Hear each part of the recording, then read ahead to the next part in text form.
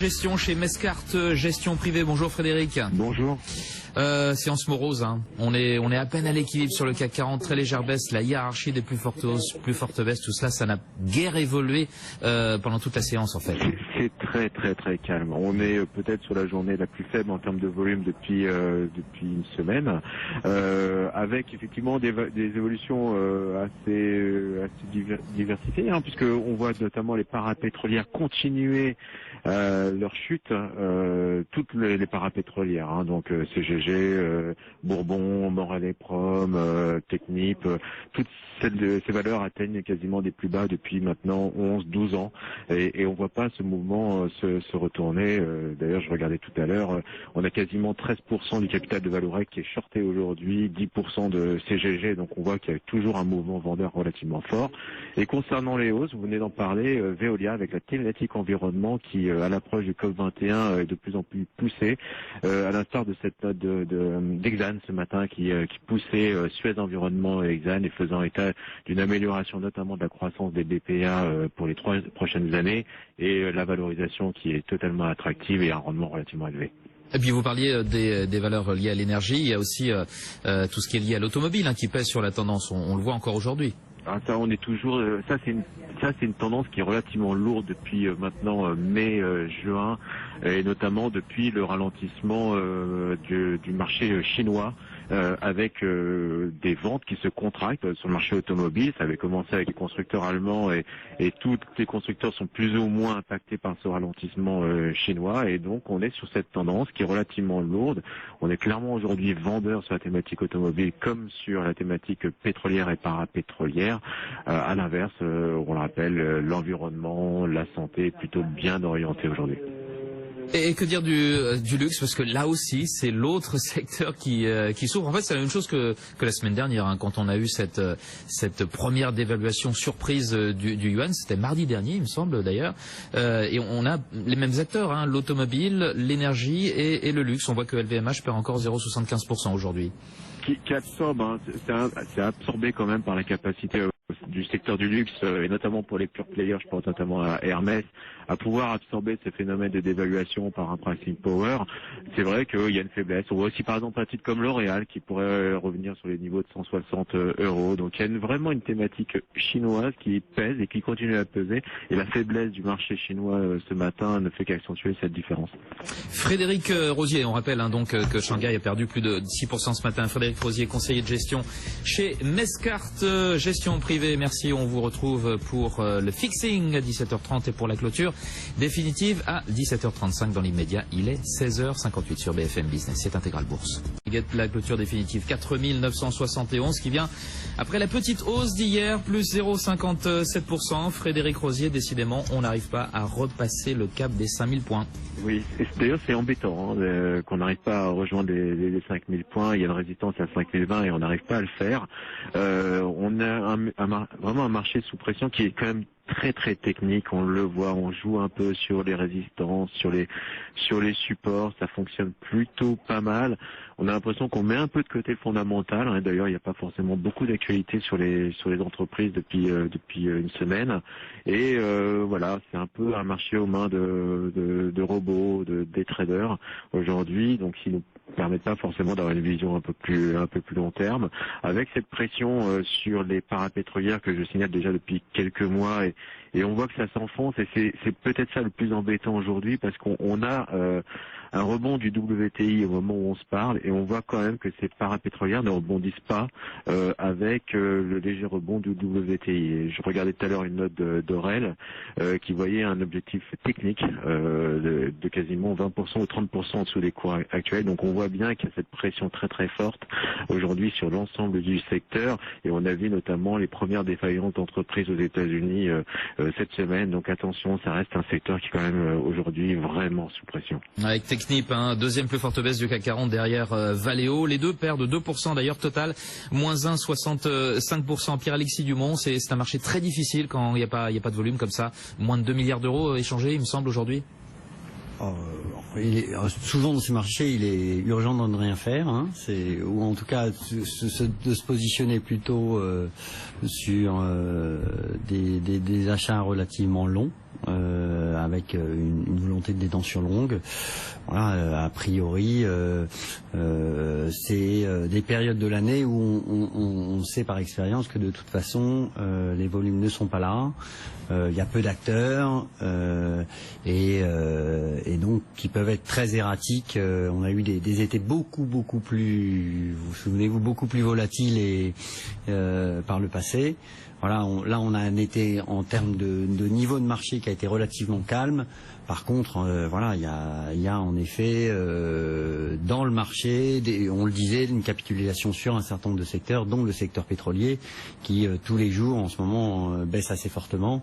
Voilà, parce que à $40, il n'y a pas grand monde qui va gagner de l'argent dans les prochains mois ou années si ça dure. Jean-Jacques Oana, les pétrolières, parapétrolières, c'est vraiment le secteur le plus risqué en ce moment.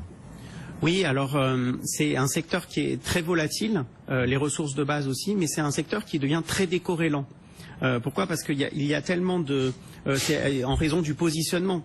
Les investisseurs sont tellement vendeurs de ce secteur par rapport aux indices. Il y a tellement de sur- ou sous-performance qui peut être réalisée avec ce secteur qu'on en est quasiment à une corrélation qui peut être nulle, voire certains jours négative avec les autres secteurs qui affichent les meilleures performances. Je pense notamment au secteur défensif, je dirais la partie obligataire des actions, avec on pourrait en citer trois. Le premier secteur qui vient à l'esprit, c'est l'immobilier. Le deuxième secteur qui est aussi très défensif, c'est la santé. Qui affiche de très fortes performances. Et le troisième secteur qui vient à l'esprit, c'est tout ce qui est consommation de produits de base, donc je dirais alimentaire, boissons et aussi on pourrait rajouter en Europe le secteur personal and households. Donc voilà, ces secteurs-là affichent les meilleures performances et profitent finalement de l'environnement de taux bas et de désinflation et de politique monétaire accommodante de la part des banques centrales et notamment de la Banque centrale européenne. Et les secteurs cycliques, les secteurs de matières premières, sont extrêmement volatiles, sous-performent, mais sont décorrélants dans un portefeuille. Frédéric Rosier, on a parlé des pétrolières, alors désormais on les appelle des chinoises, comme vous nous le disiez tout à l'heure. Les chinoises, il y en a d'autres des chinoises, il y a les valeurs automobiles.